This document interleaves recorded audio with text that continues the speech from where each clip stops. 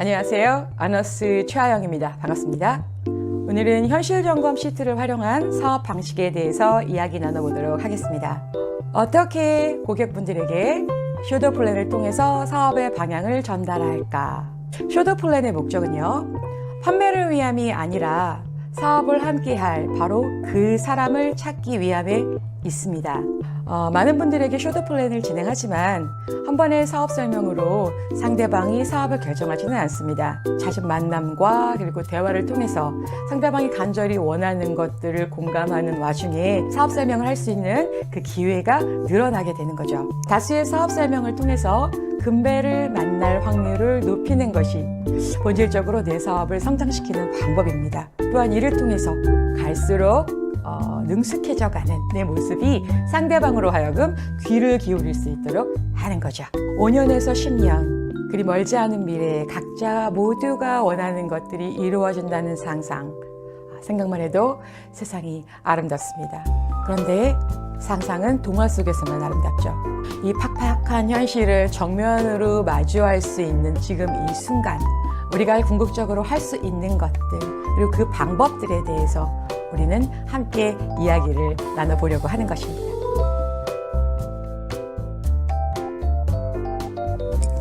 안녕하세요. 잘 지내셨죠? 사업은 잘 아이고. 되고, 아유, 나도 그렇지 뭐. 요즘 사업은 어떠세요? 아유, 말도 못해. 요즘 잘 되는 사람 못해. 있대? 애들은요? 아유, 사람을 봐야 뭘 하지. 맞아. 애들? 맞아. 말해 뭐해. 다들 아유, 그렇게. 애들 힘들어. 다 힘들어, 다. 신기하죠. 우리 그러니까. 엄마 세대만 해도 그 20살까지는 엄마가 주는 밥 먹다가 그 이후에 학교 그래. 졸업하고 우리 바로 엄마 세대는 취직하고 결혼해서 그래. 애 낳고 쭉 더 일하며 좋은 세상일 줄 살다가 알았지. 아유. 뭐 55살, 60대 정년 되면 그 사이에 애들 다 출가하고 맞아, 그러고 맞아. 나서 내가 그동안 모아놓은 거 아유, 가지고 죽을 맞아. 때까지 산다 이렇게 생각했었는데 요즘엔 그게 통하지 아유, 않는 그래. 세상이니까. 맞아요. 그래서 다른 거 준비해 놓은 거 있으세요? 요즘에는 돈 조금이라도 벌 수 있는 일이 있다고 하면 다들 찾아보려고 맞아, 하잖아요. 근데 사실 우리가 이렇게 막연하게 얘기를 하긴 맞아, 하지만 맞아. 진짜 어떤지 조목조목 아유, 따져보는 맞아. 건 무섭거든. 따져보려고 하면 무서워요. 모르면 아유. 모르는 대로 산다고 하지만 알면 조금 더 계획적으로 돈을 만들어낼 수 있잖아요. 한번 생각해 보자고요. 혹시 파이프라인 우화라고 들어보셨어요? 아니, 나 들어본 적 없어. 옛날에 어떤 마을에 만식이하고 갑돌이라는 두 청년이 살았어요. 근데 이 마을이 물이 엄청 귀한 거예요. 그러니까 하루는 이장님이 옆마을에 가가지고 물을 길어다 팔자고 이 사업 제안을 했어요. 그러니까 이 청년들이 괜찮거든. 그래서 이 열심히 물통을 지어가지고 물통에다 물을 끄떡끄떡 넣어가지고 자기 마을에 와서 그 물을 팔기 시작해요. 그러니까 이제 돈을 벌었겠죠. 그래서 결혼도 하고 애도 낳고 그러니까 이제 나이가 들었어. 그러니까 이제 몸이 아프기 시작하는 거야. 아파도 어떻게 생계수단이니까 계속 해야 되는 거죠. 몸이 병드는지도 모르고 계속 일을 하는 거예요. 그렇게 살다가 어느 날 만식이가 문득 이런 생각을 하게 되는 거죠. 야, 이거 내가 나이가 더 들어가지고 몸이 더 많이 자주 아프면 이 일을 계속 할 수가 없겠구나. 그럼 이거 어떻게 했지? 먹고는 살아야 되는데. 그래서 그 친구가 그러면 이쪽 마을에서 이쪽 마을까지 파이프를 연결을 해놓고 수도꼭지를 틀면 물을 계속 공급할 수가 있겠구나라는 생각이 딱 드는 거야. 그래서 같이 일하던 갑돌이한테 얘기를 하는 거지. 야, 내 생각 좋지 않냐? 우리 같이 해볼래? 하고 이제 딱 제안을 해요. 그러니까 갑돌이가 단칼에 거절을 해요. 나는 그냥 내가 잘하는 거 할래. 파이프 까는 동안 10번은 더 지어 나를 수 있겠다. 나 돈 벌어야 돼. 집도 사야 되고. 그리고 내가 그냥 잘하는 거 할래. 그래서 만식이는 그냥 파이프라인을 혼자 깔아요. 물을 지어 나르면서 틈틈이 파이프라인을 까는 거죠. 그리고 한 해가 지나고 두 해가 지나고 다 완성된 파이프라인에 수도꼭지를 딱 틀었더니 거기서 물이 콸콸콸콸 나오는 거예요. 그 신선한 물을 이장이 사 먹고 그 마을 사람들이 전부 다 사 먹는 거예요. 근데 갑돌이도 그동안에 꾸준히 일했고 고객도 있었고 열심히 지금도 일하고 있지만 사람들이 더 이상 갑돌이 물을 사 먹지 않게 됐어요. 사실 신선한 물을 먹고 싶은 이장님의 소비는 지극히 합리적이죠. 그런데 그렇지. 또 갑돌이 입장에서 신선한 물을 갑돌이가 먹고 싶지, 게을렀냐고요. 다. 지난 세월 동안 열심히 일해서 고객 확보를 해왔던 건데 맞아. 그럼에도 불구하고 그래. 갑돌이는 기존의 맞아. 고객들을 다 잃어버린 거예요. 게을 한순간도 게으른 적이 없었는데 근데 현실인 거지. 맞아. 안타깝지만 그게 물통사업의 맞아. 한계래요. 아유, 그렇더라고요. 지금 우리가 하는 모든 맞아요, 일이 맞아. 물통사업이죠. 물을 지어서 나르는 것처럼 뼈가 빠지게 일을 해야지 돈을 벌 수 있는, 그런데 그 돈도 지극히 한정적일 수밖에 없는 것들, 이런 일들, 그리고 일을 하지 않으면 수입이 딱 끊겨버리는 것들, 이런 것들을 전부 물통사업이라고 하는 거죠. 자, 그럼 시스템 사업은 뭐냐? 우리 방금 이야기한 것처럼 파이프라인을 설치하는 거예요. 그 준비된 시스템에서 수입이 계속 발생하는 거죠. 혹시 권리소득이라는 말 들어보셨어요? 그게 뭐야? 아니, 나 들어본 적 없어.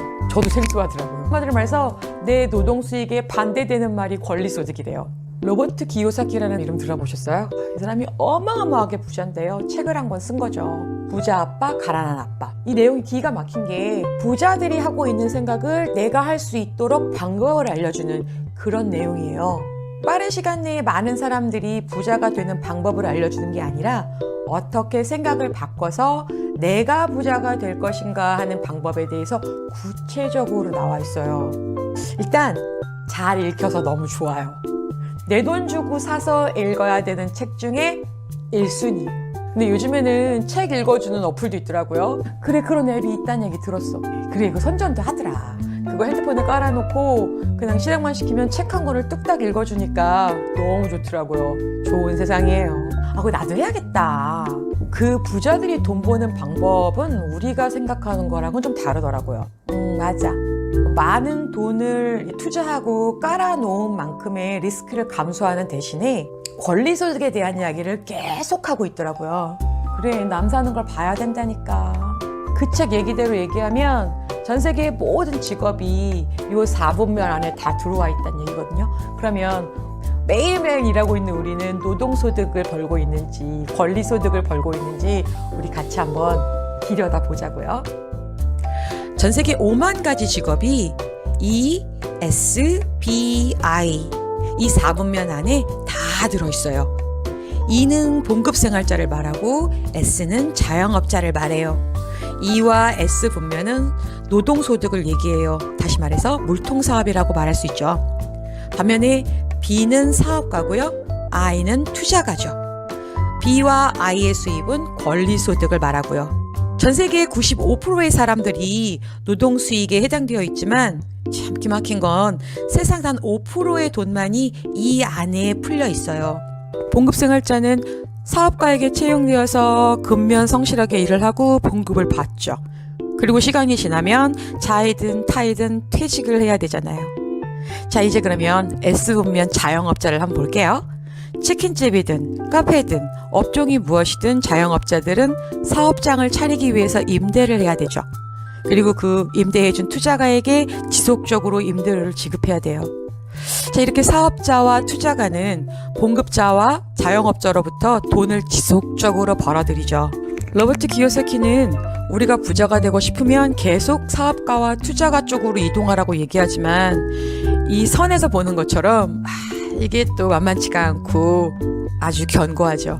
부익부 빈익빈이 심화될수록 사업가와 투자가는 봉급생활자하고 자영업자가 그 선 넘어오는 걸 그닥 좋아하지 않는데요.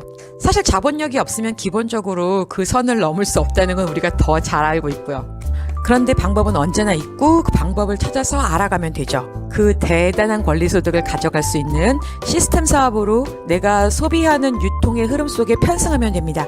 내가 소비하고 그 안에서 발생하는 유통 마진을 내가 가져간다. 어차피 소비되는 제품의 유통 마진을 지속적으로 권리소득으로 제가 가져간다는 거죠. 이 유통이라는 걸 가만히 들여다보면요.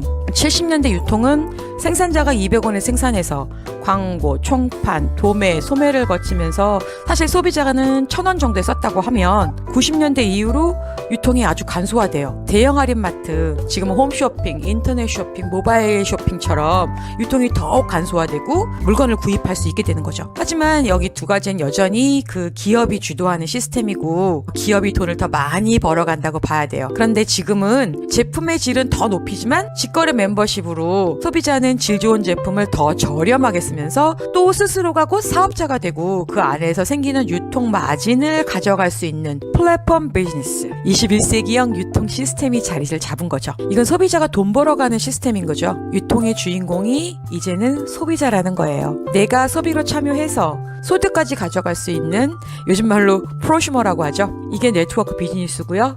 이것이 부자들이 말하는 권리 소득을 가져갈 수 있는 시스템이에요. 소비자의 입장에서 루비셀을 바라볼 때는 줄기세포 배양액을 위생적으로 얼굴에 공급해 줄 수 있다라는 강한 메리트를 가지고 있지만 사업을 진행하는 입장에서 바라본 루비셀의 브랜드 가치는 사실 천문학적인 숫자죠. 그래, 그 브랜드 가치라는 말 듣기 좋다. 기업이 자본과 기술력으로 승승장구할수록 사업을 진행하는 사람들 입장에서는 아주 탄탄한 플랫폼 비즈니스를 형성할 수 있는 틀이 되어주죠. 저는 제 핸드폰으로 쇼핑을 하고 또 제가 소개해드린 분들은 본인들의 핸드폰으로 물건을 구매해서 소비하고 계시지만 사실 그분들이 소비하는 것도 제 플랫폼에서 유통되는 거기 때문에 제 입장에서는 한마디로 머니트리를 형성해내는 사업인 거죠. 멤버십 시스템으로 소비하면서 또 유통 참여 비용으로 10%에서 30% 이상의 어떤 소득이 발생하는 사업. 적극적인 유통 참여자가 되어서 그 소득을 다 받아갈지 아니면 기존처럼 소비자로서 그냥 남을지는 각자 본인이 선택하시면 되는 문제예요. 그런데 저는 스킨 로션, 아이크림, 에센스, 수분크림, 탄력크림, 영양크림 이런 거 하나도 쓰지 않고 앰플 하나로 끝이고 그리고 건성, 지성, 복합성, 피부 타입에 상관없이 이 앰플 하나로 끝이고 남자, 여자, 할머니, 할아버지, 갓난아이까지 이 앰플 하나로 끝이고 머리끝부터 발끝까지 피부 타입에 상관없이 모두 다 사용해서 3개월 쓰면 5년 전 피부 건강 상태로 돌아가는데 안 쓸 이유가 없다라는 생각을 하게 됐고 그리고 화장품 하나 바꾸고 제 얼굴이 변하고 주변인들의 얼굴이 변하는 걸 보면서 사업으로 시작을 하게 되었습니다. 루비셀 좋긴 하지 뭐 간단하고 내가 명품을 쓰고 있다라는 또 자부심은 있어. 간편해서 좋아. 간편하고 얼굴 확 좋아지고 그래 뭐 유지만 돼도 이게 어디야.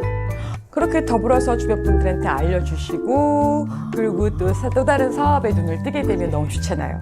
그쵸? 간단해요. 사람들에게 많이 알려주시고요. 그리고 우리 유튜브 방송도 있으니까 그런 거 같이 보면서 정보를 나누는 게 제일 중요해요. 그래 그럼 나도 그거 이렇게 들어보면 되는 건가 같이? 정보가 돈이라잖아요. 근데 한 번 얘기 좀 까먹어. 자꾸 얘기해줘야지. 우리 이런 게 있구나 저런 게 있구나라는 거 들어보니까 너무 좋죠. 이걸 통해서 돈이 될 수 있는 방법을 찾아서 스몰 비즈니스부터 시작해 보도록 해요. 알았어요. 그래. 좋다. 나쁠 게 없어. 너무 좋다. 맞아요. 듣기만 해도 든든하다. 오늘 너무 시간 내줘서 감사하고요. 좋은 정보예요. 또 와서 또 재밌는 이야기 해드릴게요.